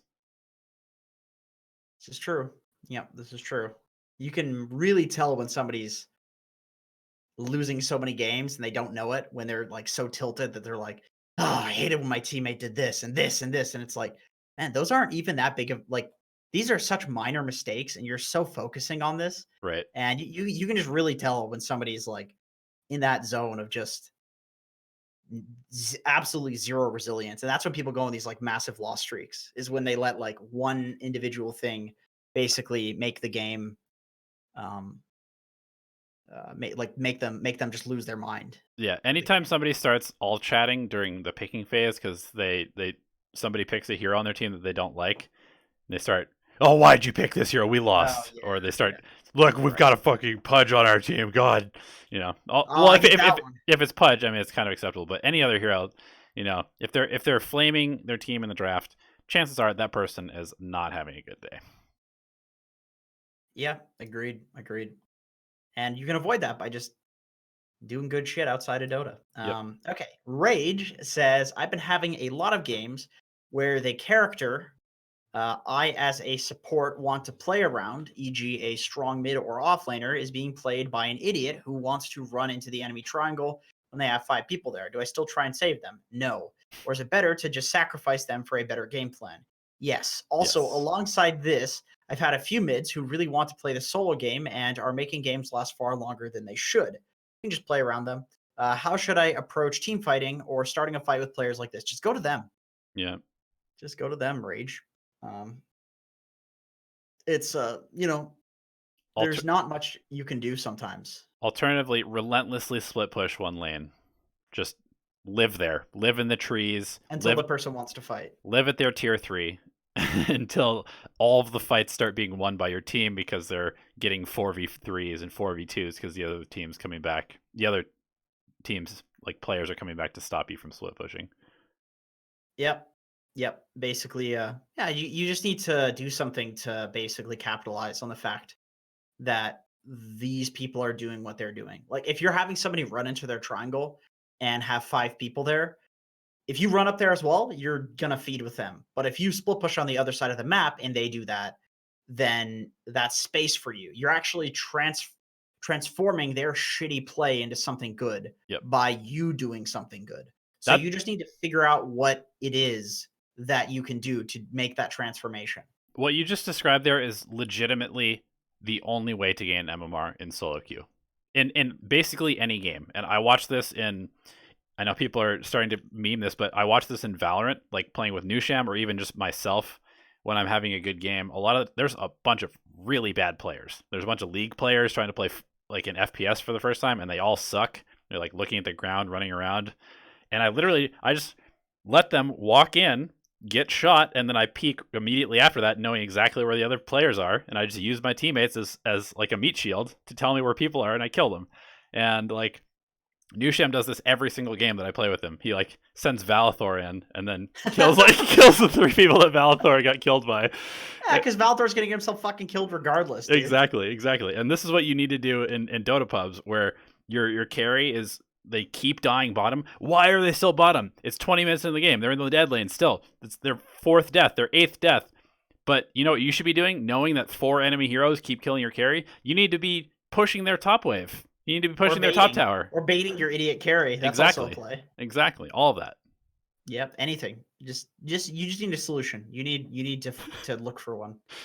Guys, thank you so much. I just got a Valorant drop. Yeah, exactly. You're welcome. Arboreal Phoenix says, what should you do as a position 3 when the enemies relentlessly shove the lane under your tower and your position 4, despite all attempts to please leave and stack, gets runes or gank mid tower, just sits under tower sapping experience? My initial thoughts would be, if I'm a lane cutter, I should cut the wave. But if I'm unable to drag the wave, dragging it back to the tower. Okay, so you're basically asking, sure. Okay, so you're basically asking, what do you do when your position 4 is a fucking donkey? What you do is you let them be the core. Like Yeah. I honestly just go support, gank another lane or something like that. I'm not in your bracket, but I can tell you that I have the same idiots when I play games, and I just go stack for myself, and then I'll go farm the stacks later. The bottom line is, it once again goes back to the question of, what do you do in your position 4 is not pulling? You pull because, once again, you don't gain like a 10% increase in efficiency by doing these things. It's like a 100, 200% increase. Like it's some huge order of magnitude larger increase in the efficiency of the game by doing these things. So it doesn't matter who's doing it. The bottom line is, there's a wave of experience. It's free, and you don't need 2 heroes sitting there and soaking it. That's 1 extra hero that could be doing something else. So even if it's your position 4 that's getting the experience, who cares? Because that lets you go do something else with your time. If you just sit there and soak with your position 4, then you could have double efficiency because there's 2 of you and there's 1 wave. You see what I'm saying? It's like you're getting the same amount of experience, but your other hero could be doing something equivalently important somewhere else. Yeah. And you taking away from that is not as bad as a position 4 taking away from that, because that's what they're supposed to be doing. You'd rather the pause 3 get XP, but it's still bad. It's still really bad. Also, I know that you guys kind of like band-aid solutions because it's very easy to just get caught up in like your teammates playing terribly. So here's a band-aid solution for you. only pick offlaners that can cut the wave, and then just cut the wave, and then your 4 will have no fucking idea what to do, and they won't be able to soak your experience. Literally, just play Axe or Centaur every game and just cut at the tier 3s. There's no way that your 4 is going to come there. Because they're going to be like, look at my idiot offlaner, why are they playing at the tier 3? And they'll go tri-lane bottom or something like that, or gank mid, which is probably the correct play anyway. Yep, sounds about right. That'll work. But then you're restricted to picking only 3 heroes, which is a problem. But hey, whatever. Crave says, I've theory crafted this last patch already, but is solo offlaning not really good right now? I agree, especially with the deny XP change, less snowballing, and the tower regen. I feel like you can just put any offlaner that can cut creeps in any way, solo the offlane, and any offlaner that is dependent with level 3 onwards solo in the safe lane. It'd be insanely hard to punish if you draft a tri-lane from the very start and the opponents do not. Well, I'm not sure about the tri-laning. Like I'm not a huge fan of tri-lanes these days. I think having like a dual lane and then some guy that can roam is pretty good because then you have options. You're not just restricted to like, all right, if we win this lane, we win the game. If we lose, we lose. But I do think that like I've honestly been a fan of solo laning ever since the creep manipulation stuff started. In fact, I said this the other day when I was on my like low immortal Smurf, and I was playing with like Ellie, and I said like, man, I would prefer to not have a position 4 in my lane, fucking up the lane, because I know that I can just get so much more out of the lane on my own than with somebody else there just soaking. Because and that's partly because people suck, but also partly because it's really hard to stop cutting. It's really fucking hard. I don't know what you do to stop cutting unless you have like a Pugna or a Bane. So for the most part, yeah, I think solo offlaning's just a lot of the times better than having somebody there just soaking XP. I mean, especially if it's a lane that you're not going to win, like especially in that case. Yep. So yeah, big agree on that one. Louis FR says, why do you think the Dota 2 scene in NA is so underdeveloped compared to other regions? It seems to be a recurring issue in League of Legends as well. Is NA just not interested in MOBA? Considering that schools like mine are starting to have official esports teams and even a dedicated esports arena, that's crazy. Do you think the MOBA NA scene will improve a lot in the next couple of years? It worries me that NA stars like Universe and PPD are retiring, but no new NA players are really coming to the stage. Do you think that the league system will help progress towards having a better players in our region? So before FYI, the S is silent in my name. I'll keep reminding Jenkins until he gets it right. God damn it! Did I do it that time? No, that's good. Louis FR, you said. Okay, cool. Okay, so I want to jump in this one because I'm actually writing an article on this right now about what's wrong with North American Dota. And so I have been interviewing. I've asked several high MMR NA players what their opinion is on why NA pubs are bad, why NA pro teams are bad for the most part. And I am curious to hear your answer, but like the vast majority of the things that we've heard, oh, NA players are just console players. Oh, they just play FPS games. Oh, there's no like PC cafes, or there's a lot of kind of excuses that are given for NA being bad at MOBAs. But for the most part, from what I saw in my research of like looking at the like console sales in worldwide versus NA, I looked at some of this data, and from what I can see, it really just comes down to NA players are just bad at MOBAs for the most part. They like don't have the patience maybe to get good at MOBAs. There's a lot of entitlement in our countries, I should say. Hey man, speak for yourself. I mean, like frankly speaking, there's really no concrete reason. There's like a bunch of different factors, but I think that one of the things that you and I have talked about several times, I got some really good information from like BSJ and Newsham and Captain Canuck. They gave me like long essays about like what they think about the NAC, and a lot of it boils down to like just attitude problems in NA compared to a lot of other regions. And I know people are like, Russians suck, SEA players suck, but frankly, NA players are just like massive egotists for the most part, and they just have an idea that the game is supposed to be perfect every single time they play, and they're just really, really bad at adapting to having things go wrong. Whereas I feel like a lot of these Sorry. I think that's painting a broad stroke. Like I think those are the people that have survived because you have to be fucking insane to be North American and continue playing Dota. Like you have to be insanely competitive. You have to be insanely narcissistic. You have to never give up on your goals, even though it's incredibly unrealistic. Like I feel like if the infrastructure was better, it would encourage more regular people to do it. Like what about the infrastructure in SA? What about the infrastructure in Russia? Like, well, the thing with how the did they get there? In SA, if you get like a $500 a month salary or something like that, you can afford a team house. Like Bro. in NA, it's like $1,600. Like No, I have to pay $1,500 in rent. This doesn't hold water, man. Like trust me, I in some sense it's definitely more expensive to have an NA team. That's for sure. However, why are there so many good Danish players?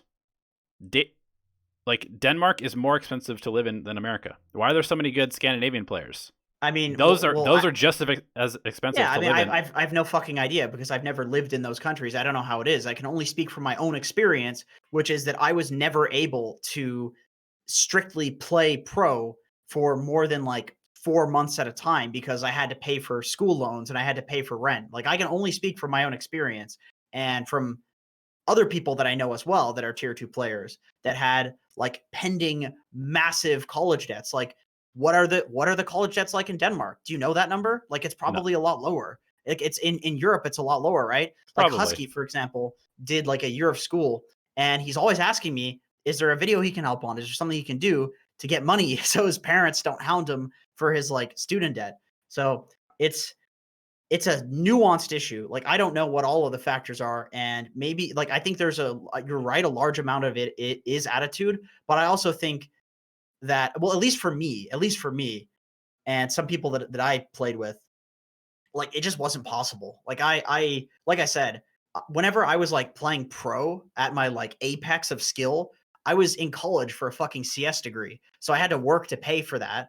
I had to like stream and I had to do all of these things that if I were to just play pro, I wouldn't be able to afford doing. So I had to do shit in order to like pay for that stuff. You know what I mean? And I'm not sure a lot of these other regions have to do that. And maybe that's also just like the way that we are in North America. I know in like the 50s or something, there was like a lot of propaganda that was trying to get people to go to like higher education. And a lot of that basically resulted in our parents being like super pro college, super pro university, or sorry, anti-college and pro university, even though people who go to college and are getting jobs like being plumbers and stuff are getting paid a lot more than people who are going to university, getting way more expensive degrees, and then just doing fuck all with like a psychology degree. Sure. I mean, I don't know.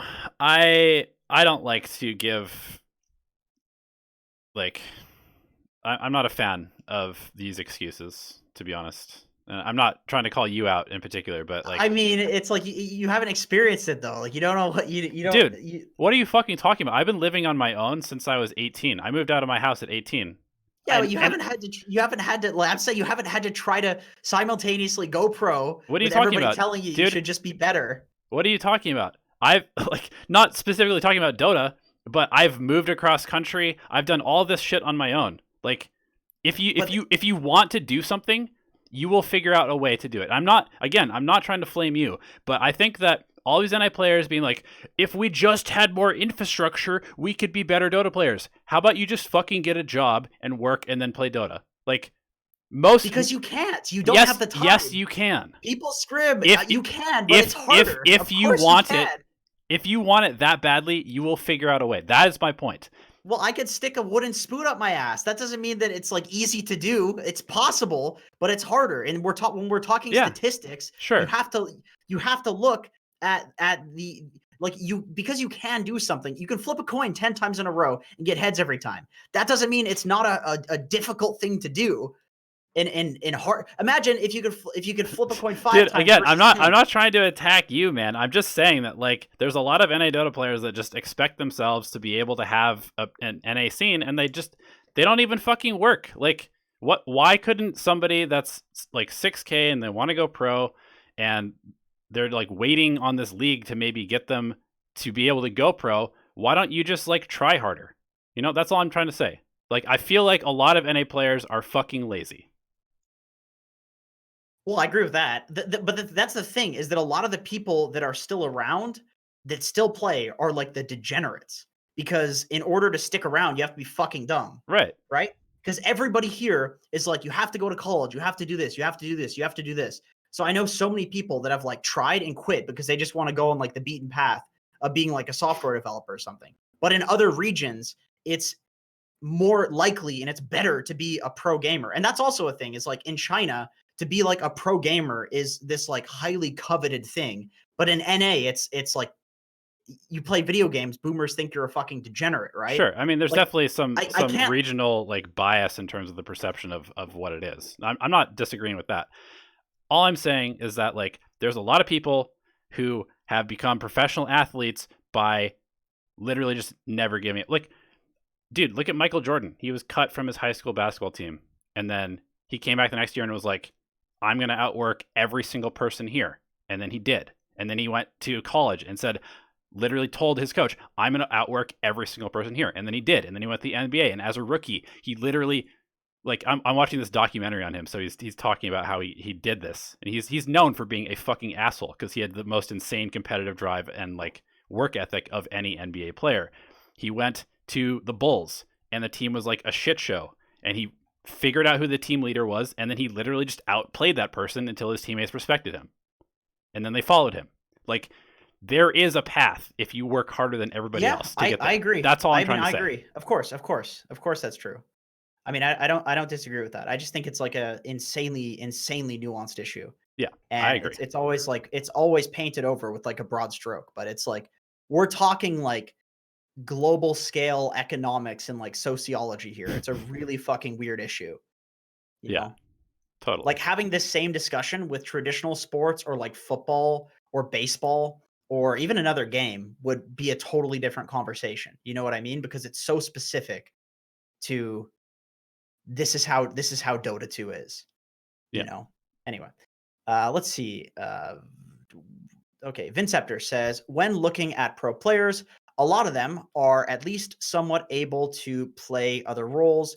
Do you think it's important to learn more about the other roles in the game, or is it better to focus on only one? Also wondering why Andrew loves Dick. Oh, for fuck's sakes! And what I did say, yeah. What heroes you recommend banning in low MMR pubs? P.S. It's my dog Charo's 8th birthday today, so say happy birthday. Well, Vinceptor, I hope that your dog takes a massive steaming shit on your feet while you're playing Dota today and you fucking lose your game. How does that sound? Okay, so what was the question again? When looking at pro players, a lot of them somewhat play other roles. Do you think it's so? I feel like you. What? What's wrong with you? just laughing. What the fuck, man? Just enjoying Alchemy answers today. Right after the questions are good today, and now Vinceptor's throwing in this fucking curveball. This has been a good Alchemy answers. I'm enjoying this one. So okay, people are we talk about this a lot. I feel like it's better to focus on one and have just one or two heroes that you play in the other roles, and if they overlap with your role, then that's better because it's just less stuff for you to learn. Right? That's like I feel like we talk about this one a lot, so I don't want to go like too much in detail, but it's just straight up not possible to learn how to play like, I don't know, Shadow Fiend mid, and then also, okay, I'm learning Centaur at this point, and Anti-Mage. Like, these are very different heroes. Whereas, if you're like Death Prophet offlane, Death Prophet mid, Death Prophet safe lane, Death Prophet 4. True. Come on, that's easy. Yeah. That's really easy. Also, like, a lot of the he was talking about pro players playing different roles. I know that Crit plays a lot of mid, like in pubs. He plays a lot of like troll mid and clinks and all sorts of cores. I mean, the fact of the matter is that most of the pro players got to be pros by playing core first, and then they switched to another role. That's true. So that is true. It's not like these guys are playing some other role that's like completely alien to them. Like most of the pro players that are in the scene came up as like a mid or carry initially, and then they switched to something to fit into a team with equally good players. Yeah, that's true. That's true. It, it is a little different from like there's not very many new Dota pros, you know? Yeah. There's not that many of them. It's like you see like And a they're all few cores, per year. Yeah, at least true. initially. But with that being said, things have changed since we saw like the huge influx of Dota pros though. Like it's easier to gain MMR with support these days now. Like Sure. warding is free. People are better at playing around it. You have more impact as a support. Gold talents being gone, that kind of sucks. But you know what I'm saying? Like things have completely like flipped on their heads Yep. since all the pros. It's so weird when like you haven't seen any new fucking pros forever. Okay, so yeah, a bug says, what are some good ways to use psychology and communication to bait teammates into pushing high ground effectively? The other day, I was Wraith King with Aegis hitting tower, and then my mid laner dives deep and feeds, resulting in us getting wiped. Not saying I'm perfect, but it's hard to coordinate high ground pushes in 2K. Yes. I would like to make less of a throw. Maybe it's technically two questions, but I'm wondering the same thing about smoke play. Seems like 75% chance to throw with smoke plays. Donna, you're the 2K expert. I mean, I would say there's a couple things. First of all, chances are you're trying to like push high ground, but what's happening is you're like pinging to go high ground, and then your team like telegraphs this play. Oh, look, we're all grouping up outside of their high ground, and then you mill around there waiting for the creep wave to come in, and then finally you go high ground when all 5 enemy heroes have regrouped in their base at their towers.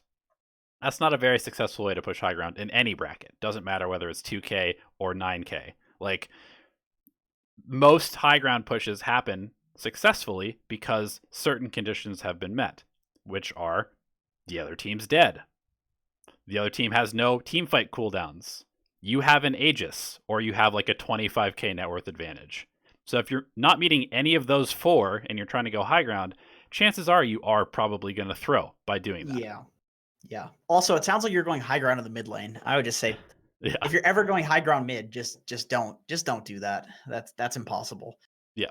The tier 4s are too effective. But yeah, I would say like basically make sure that you're meeting like at least one of those 4 conditions, and then if that doesn't work, meet 2 of them, then 3, then 4, and then if you can't meet all of them, you just farm until you have a 60k gold lead. I mean, yeah. And then regarding the smokes, kind of a similar thing. Getting your team to coordinate to go smoke is pretty rough. It can take a while. If you guys are all just off map trying to congregate in a location to go smoke, chances are the other team is probably going to congregate at some point, and then you're just going to smoke into them. Second of all, you want to smoke to a ward most of the time. You don't want to just like smoke and then just ping where you think the enemy team is, most likely their triangle, and then just walk up the triangle with no vision. Even from a smoke, that's not going to be a good fight. So you want to smoke, you want to have vision of the other team, and then you want to smoke to the vulnerable part of that. So whether it's like you're smoking to kill one hero who is clearly far away from their team, or you see several of their team under vision and you have the ability to kill them in a team fight, but you just need to get there with the correct initiation. So like, yeah, I agree. It's all about the setup basically for both of those scenarios.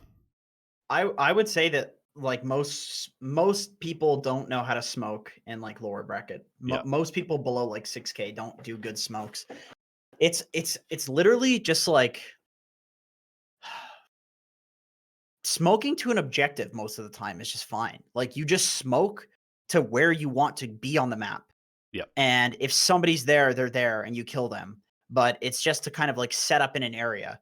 Like the problem with smoking in like these 2 to 3k games and even higher is that people smoke and then they like go to the very first person in vision that they see. And like that's not what a smoke is for. It's not right. Well, I mean, it can be, but the thing is, it's like that's not an effective use of smoke, I should say. So smoking should be like you don't even need to go to vision. You just smoke to somewhere, place vision there, and then wait there. And if nothing happens, well, then you have vision to play around. If something happens, then you kill somebody. But you want the smoke to be Like, the thing is, if you're smoking specifically to kill somebody and you don't kill them, then it's a failed smoke. But if you're smoking to get vision up and you don't kill someone, it's not a failed smoke. You see what I'm saying? Like, it's not going to be 75% chance to throw if your smokes are for the correct purpose, which Right. is to do other things, which is we want to set up in this area. We want to get wards around Roche. We want to push the enemy team out of this area and push them into their base. Like, you should have goals with these smokes of what you want to accomplish. And it's not just getting a kill on somebody, because that makes it so Right. that if you don't get the kill, which is just random chance, if the enemy team fucks up, then the smoke is bad. Why do that when there's good things you can do with smokes that don't involve killing people?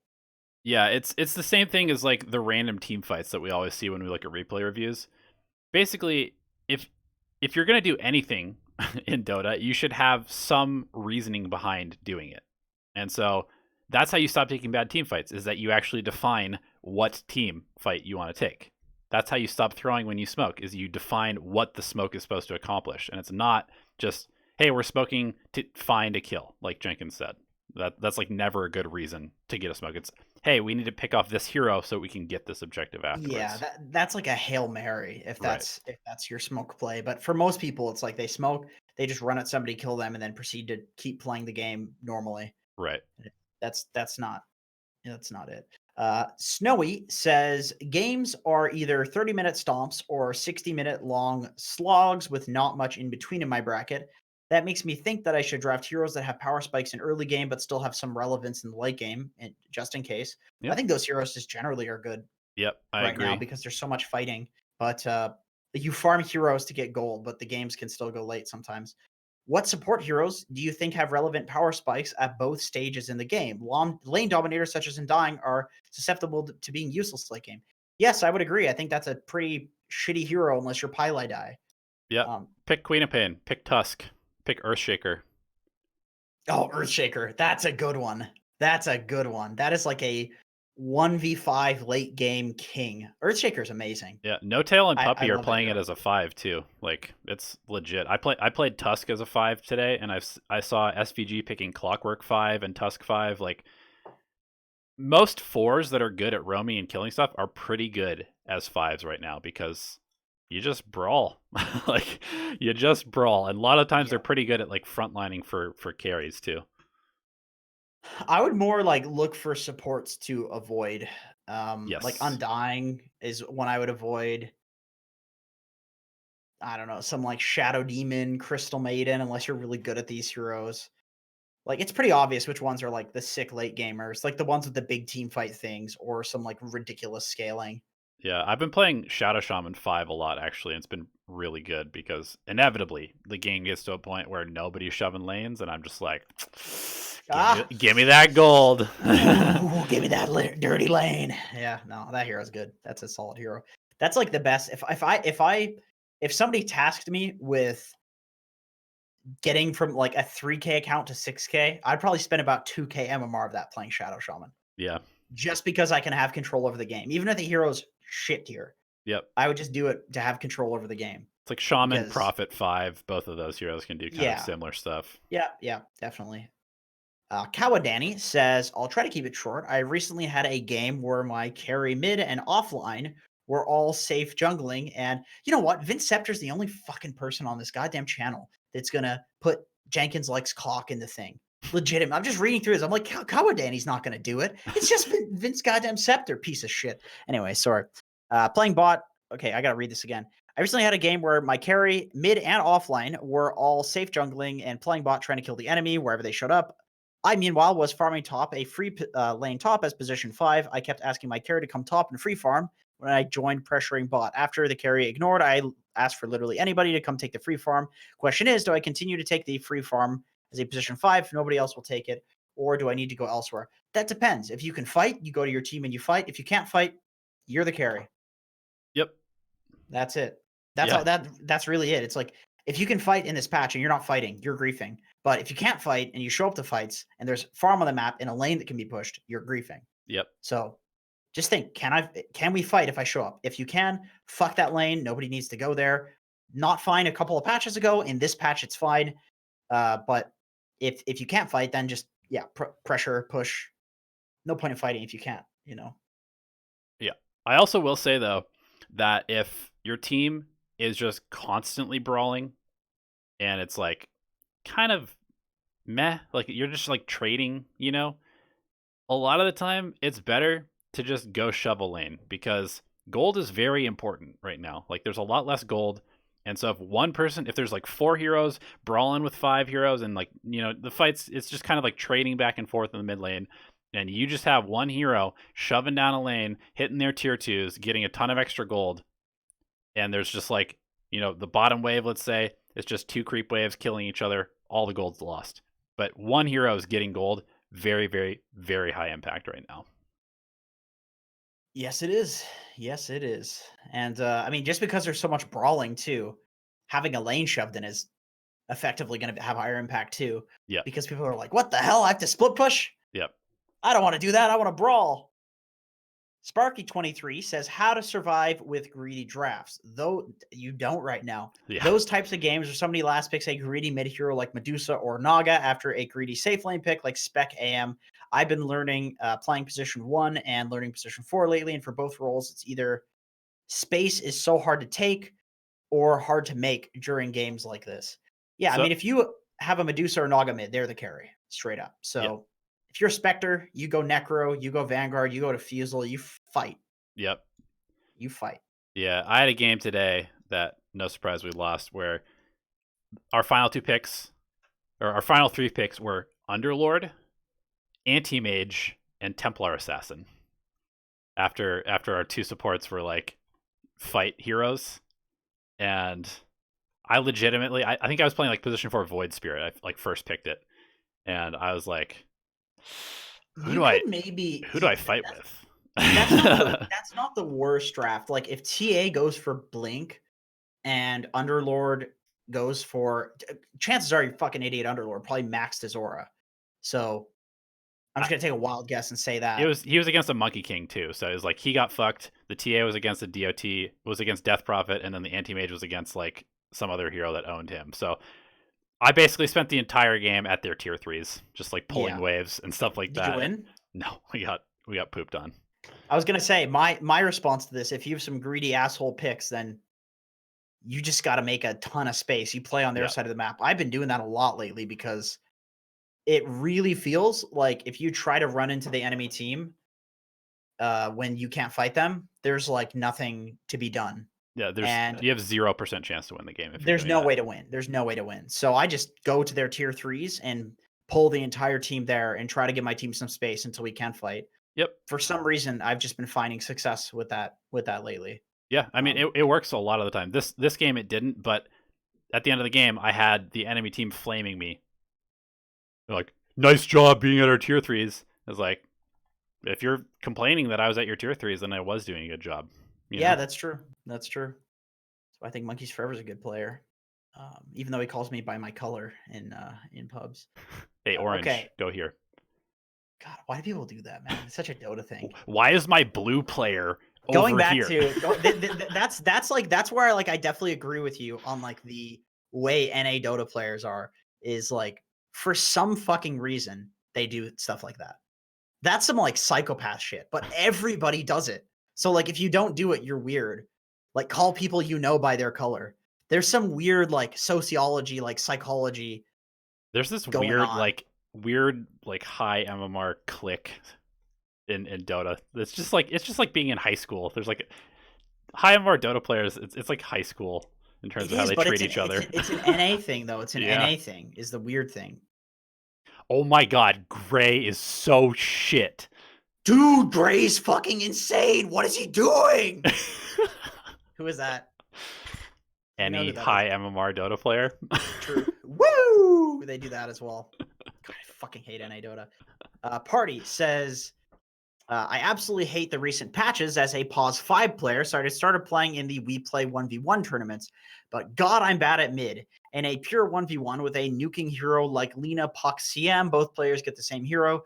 Do you think Null Talismans or Bracers are better? P.S. Do you think Ice Frog is drunk? I think Ice Frog is dead. I think Ice Frog is dead, and they don't know what the hell they're doing. And they're just trying to keep this game up for as long as possible and just suck on those teats for as long as possible.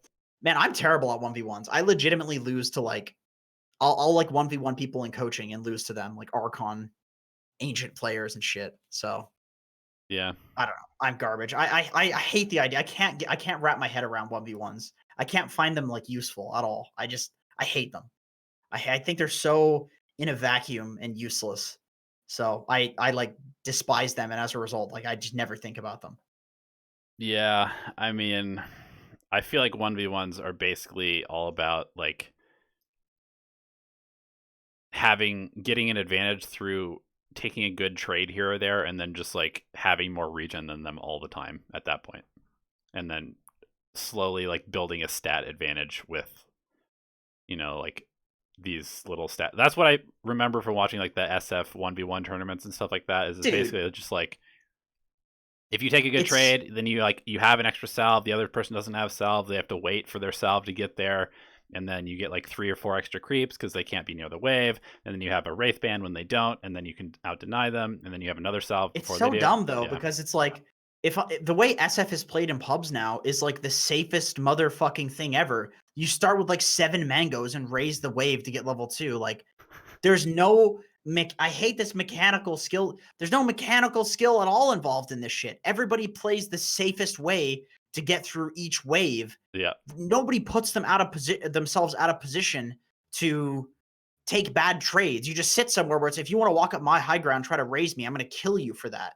Right. It's like I've played these 1v1s and it just goes 7 minutes. We're both sending out wraith bands and salves and mangoes, and I just get bored. Yeah. I just get fucking bored of it because everybody's so good now at like laning mechanics and stuff that we all know how to do the mango thing and how to constantly send out salves with our personal couriers and shit like that. Right. Oh, it's just God, I hate 1v1s. Sparky23 says opinions on sniper position 4. Okay, I guess I'll answer party's questions. Don't play 1v1s. There you go. Sparky23 says, opinions on sniper position 4. I've been seeing it a lot lately, and it looks like it works, but information gets my bracket a bit later, so my team tends to tilt as soon as they see the pick. Also, are Alk and Gyro in a good spot now for the safe lane? Yes, Gyro's really good. I think Alk is decent. He's a little slow. People fight a lot. Gyro's god tier, though. I think Gyro's amazing. If you're playing Alk, you need to be going like the phase radiance blink dagger BKB build, like just fighting, not manta style sort of thing. Yeah, I agree. I think you need to like play for the early timing, kind of going back to like the AC second item Alk, where you'd go Radiance AC. Yeah, and just bop people once you get that. Yeah, I mean that's also potentially pretty good, but basically you go Radiance and BKB then makes you unkillable, immediately into fighting. Yeah, I agree. I do agree. The blink is amazing. Mm-hmm. Sniper position 4. I think it's great. I mean, I made a video about it a long time ago, and yeah, it was kind of a meme, and I was having fun with it, but the new Ags is really good. It feels good. I mean, it felt pretty good before. Like it's Shrapnel is just really good. That's the thing. Shrapnel, 25% cooldown reduction talent. 20 long now range after nuking. After the patch. True. Maybe it's worse. But still pretty solid. Necrobook changes also made Sniper Pause 4 a lot better. Any hero that had cooldown reduction when the Necro got changed and buffed became a lot better. So yeah, if your teammates are complaining about your pick, just mute them and play the game. Like that's all you can do. Yep. Fuck them, honestly. Okay, Rage Vokton says, I'm considering broadening my offlane pool to incorporate. By the way, he told me how to pronounce his name. I didn't pronounce that on my own accord. Anyway, he's broadening his offlane pool to incorporate different archetypes of heroes. I have solid win rates with Centaur and Underlord, but would like to bring a third hero into the pool of heroes I can spam regardless of the meta. I typically pick Cent if my team needs a stunning initiator, and Underlord if I can play a bit more greedily. I'm perfectly content to continue spamming both of these heroes to climb MMR. Come next season, I may need a bit more versatility. My hero pool to hit Immortal, I'm curious if it's worth incorporating a third type of offlaner that fits in that initiator / tank / split pusher role, or that doesn't fit into the same category. Something like Weaver or Necro. I would recommend Nature's Prophet. I would say Nature's is insane. Like Nature's is really good because a lot of the heroes that own the Centaurs and the Underlords get fucking annihilated by Nature's Prophet. Like Nakes, Slark, Ursa, Yeah. Jug. If I'm Nature's and you're one of those heroes against me, I just smack you with treants and hit you, and you never run it. You never are able to hit me. You Yeah. know, it's amazing playing. And then that hero can still be like a tanky frontlining offlaner.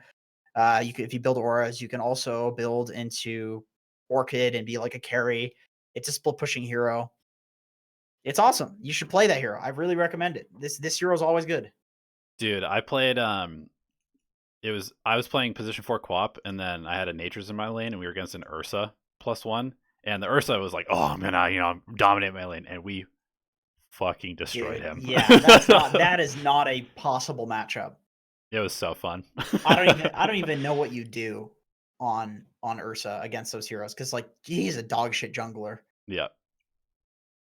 I don't know. Yeah, that sounds awful. Yeah, Naturus is amazing. Really good. Its backhand says, is it a good idea to listen to multiple different people, i.e. Dota Alchemy, Purge, and Speed when trying to get better? I feel like sometimes the advice can differ, thus making it confusing when trying to learn different parts of the game, not saying one is better than the other. Well, I mean, obviously, I think any rational individual will tell you that you shouldn't just listen to us. Yeah. We're going to be wrong about shit. I feel like I'm not, because I believe the things that I believe, but I also, perceive other people being wrong when I thought that they were right, etc. And I've been wrong before, so I know that I'm a fucking idiot and that I say wrong things. And you should make your own decision. And sometimes, like, I really do believe in this idea of like the truth is more like what is your truth. Yes, exactly. You know, I was like gonna we have say this. you need to take the information and then apply it to yourself. Like if Speed tells you that Jungle Veno is good, and then you go Jungle Veno and you win 20 straight games of Jungle Veno, maybe it's good for you. You know? Yeah, sure. Like I'm just gonna this is gonna get real philosophical here, but you have there's this outside world, and really all we know about it is our perception of it. What we see, what we hear, what we taste, like our senses. And there's that age old question of like, do I even see the same colors that you do? Maybe we see different colors. Maybe we see different objects, but you just have all the same language that describes the equivalent stuff in your world. Like maybe this desk that I'm on is rectangular, but to you it's actually circular. But in your world, you describe that as rectangular. Yeah, oh my right? god, this is such a like high conversation that I've had many times before. So I'm just saying, you can't take anybody else. All you can know is what you know. All you can know is your senses, and that's the only thing you can trust, because anything else is just subject to basically being filtered through somebody else's dumb senses and brain. And anyway, just the truth is your truth, man. None of this shit matters. We're all just fucking specks of dust in the universe.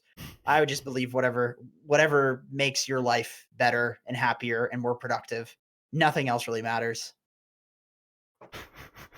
Everybody always thinks I'm high. I don't know, man. Maybe I am. Maybe I'm not. I don't know. Anyway, we're all stardust. We are. We're True just that. There's some interesting like philosophers that talked about this shit. I'm so glad I did a philosophy minor, man. This shit's like breaks your brain. Bro, cool. You want to start a philosophy channel? Because this is like, I mean, this is my shit, man. I mean, I'd be down. I love me some philosophy, man. Everybody tells me to shut the fuck up, and all my family doesn't like when I talk about this shit. They're like, dude, I don't want to think about this. I just need to go to the grocery store and like get some milk. Okay, man. Young Gun says, second the Sniper 4 question. Yes, it's good. Stars, we're going to get banned from YouTube if I answer this question, so I'm not answering that one. Okay. Okay. I'll answer this one, though. What is the most creative way that you've been flamed in a pub? Creative way. I gotta say, there's not a whole lot of creativity that goes on in the insults that I see in Dota. Not a whole lot. The people that have insulted me, they haven't been very creative with it, because I would like to think the people that are smart enough to come up with the creative insults, I have no reason to be insulted by them because I don't like get in. I don't fight with people. I don't like flame or do anything. I can be like bitchy, you know, or I can pick like Pudge and Grief, but usually the people, there's very few people that come up with the create. I'm thinking of like Mers Glacius, like that guy. I mean, he says some racist shit. He says some bad shit, but he is creative. He is funny with it, with some of his insults. But he's never, you know, people like that have never insulted me because it's just awkward when you know somebody. And I feel like I know all the people that would make like the creative insults in NA, and it would just be really fucking awkward. Universe called me a bot the other day. He was playing, and he said 4 bots. That's one, and it's like, it was bullshit, man. Because listen, I was in Offlane Clockwork, and I was like 7-3. It was fine. It was going fine for me, and I had Michael Udall. Look him up. He's a Han pro or a Heroes of the Storm pro coming into Dota, and so when he's not playing his role, he has no fucking idea what he's doing. He ran in and fed like 3 or 4 times as Rubik, totally unnecessarily. And so it ruined the lane. And even despite that, the lane was, I was doing okay in the game, but it looked bad because the guy that was farming against us was huge. And then Universe said 4 bots. And I was just like, dude, don't include me in this. Like, if you mean because I'm Clockwork and he's a robot, that's fine. But I know that's not what you mean. Anyway, that cut deep for me because Universe is, you know, I've probably watched like 90% of the replays I've watched are Universe replays. You know, the guy's a fucking legend. You know, I'm not like you know, no homo or anything, but I would definitely suck his dick. Anyway, I would say maybe like the most creative. I mean, this isn't even that creative because it's kind of low hanging fruit. Would be like if I lose a game to somebody, they're like, "I'm unsubscribing from your YouTube channel." You know. Oh, I have Something had like people. that. I have had people say like, "Yeah, if I win or if we win, I'll subscribe to your channel." Or I Yeah. learned this on Dota Alchemy. I do get that a lot. Yeah. Which that's always pretty funny. When they bring up like, I had a guy play Techies the other day. He's like, if we win this, you put Techies from shit tier to D tier. I was like, dude, we'll see. We'll see, buddy. I'm glad you brought that up because I remember that one. Okay. Indy says, I've been experimenting with Brewmaster since 7.26a. I'm 4 and 6 with it. 4. I assume you mean 4 out of 6, as in like you've won 4 out of 6 of your matches. You guys think it's viable, or is it just because it's my most played hero? Yeah, it's viable. It is 100% viable. I think Brewmaster is a great hero. It's fine. Cool. Sparky23 says, no opinion. Don't play the hero. That's all. It's good. It's good. You could play at 5. It's probably a decent 5. But Sparky23 says, would you rather play a 50-50 matchup with a hero you understand or an 80-20 in your favor, but you don't use the hero much and only have a general idea of the matchup? 50-50 I have a tendency to, I agree. I have a tendency to favor counterpicking over comfort pits. I'll admit, comfort picks, not comfort pits. Those are something though. The matchups don't feel like how it should be. I lose a lot of counterpick games. Yeah, I would say comfort. I would say comfort. You answered your own question. This is a huge debate. Is you're like, what's good? Okay, I saw that OG picked this against this hero, so it must be good. And you pick it, and you're like, "This is my second game on this hero," and you're like, "Yeah, what items am I supposed to buy?" Unless you know exactly how to play in that matchup, I would say don't do it. Yeah. Like if you watched and you're sure that you can implement it, then yeah, go for it. But for the most part, it can be a huge throw, definitely. So be careful, buddy. Okay, that's it. That's all the questions for this week. Another 2-hour sesh. It was a good one. It was a good one. Got a bit heated. Got a bit baited by Vinceptor. All good things. 518. Jesus Christ. Would you believe it? A month ago. Dude, 500 concurrent viewers for the last hour almost. We got to get them sponsors, dude. I need a new chair. I need a new headset. Look at this thing. Crazy, man. We're legitimately like the size of a full-time dude. All right. Anybody who knows anybody in a peripheral company, please send Jenkins a headset. He'll wear it on stream. That'll be your I headbutt. will. I will 100%. I will wear This it dude's all the time. literally using like raw wires and like threading them into his ear hole and like tying them onto his ear hairs inside You there just so he can't- can hear. You can hear it in here really quietly. You can hear it in the little wires. There's like a tiny little speaker in here. It's not So, okay, man. Not okay. It's not good. It's not good. Dude, I'll buy you one. Holy hell! Promote a Canadian PC company. Now that's actually a pretty good idea. I think Canadian companies really do like sponsoring like Canadian people. Sure. It's like this we got this like what's it called? Patriotic. You know, it's you wouldn't understand it being American, but No, yeah, it's pretty definitely good. not. All right, guys. Thank you so much for tuning in. We appreciate you. We'll see you on Thursday, hopefully, for replay review. We're going to try and hit 600 concurrent viewers for that one. So tell your friends. And as always, good luck in your games. Have a great night, evening, morning, whatever it is. Maybe you live somewhere that doesn't. Maybe you live on an alien planet that doesn't rotate, and so you just have the same time of day all the time. Or you could live at like the North Pole, and it might be I don't know if it's night or day there, but I think it stays the same thing for months. Yeah, that too. All right, guys. See you later.